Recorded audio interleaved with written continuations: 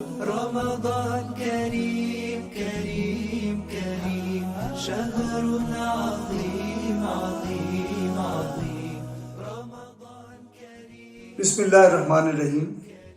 حضرت سعید بن عامر رضی اللہ عنہ صحابی رسول، بڑے ہی زاہد، اللہ سے ڈرنے والے. وہ کوئی بھی ذمہ داری لینے کے لیے تیار نہیں تھے.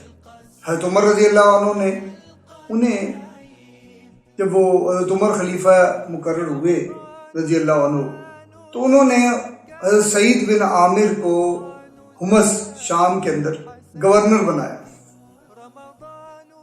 حضرت سعید بن عامر کسی صورت اس کے لیے تیار نہیں ہو رہے تھے. آپ دیکھیں نا کہ ہمارے ہاں تو ذمہ داریاں نہیں سمجھی جاتی، بلکہ ان کو بڑی ایک دوڑ کے لینے والی چیزیں سمجھا جاتا ہے، بڑی خوشیاں منائی جاتی ہیں، اس کے لیے بڑا زور لگایا جاتا ہے. حضرت سعید بن عامر رضی اللہ عنہ کو جب پتہ چلا تو انہوں نے انکار کیا، حتیٰ کہ حضرت عمر رضی اللہ عنہ نے خود فرمایا کہ تم نے میرے ذمے اگر خلافت کا بوجھ میرے گلے میں ڈال دیا ہے تو اب اس گورنری کے ذریعے مجھے تمہاری مدد کی ضرورت ہے اور اس سے میں چھوڑوں گا نہیں. تو اس صورت میں حضرت سعید بن عامر رضی اللہ عنہ وہ گورنری قبول کرتے ہیں.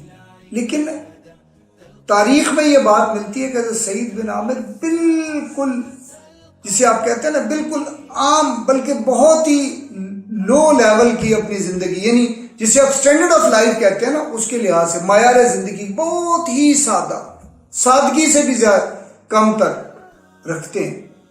تو لوگوں کا وفد آتا ہے آپ کے پاس، گورنر ہے ظاہر ہے، لوگوں کا ایک وفد آتا ہے کہ اے سعید بن عامر رضی اللہ عنہ، آپ کے جسم کا بھی آپ پر حق ہے، آپ کی فیملی کا، آپ اس کو تھوڑا سا نا بہتر کریں. یعنی لوگ آگے کہتے ہیں.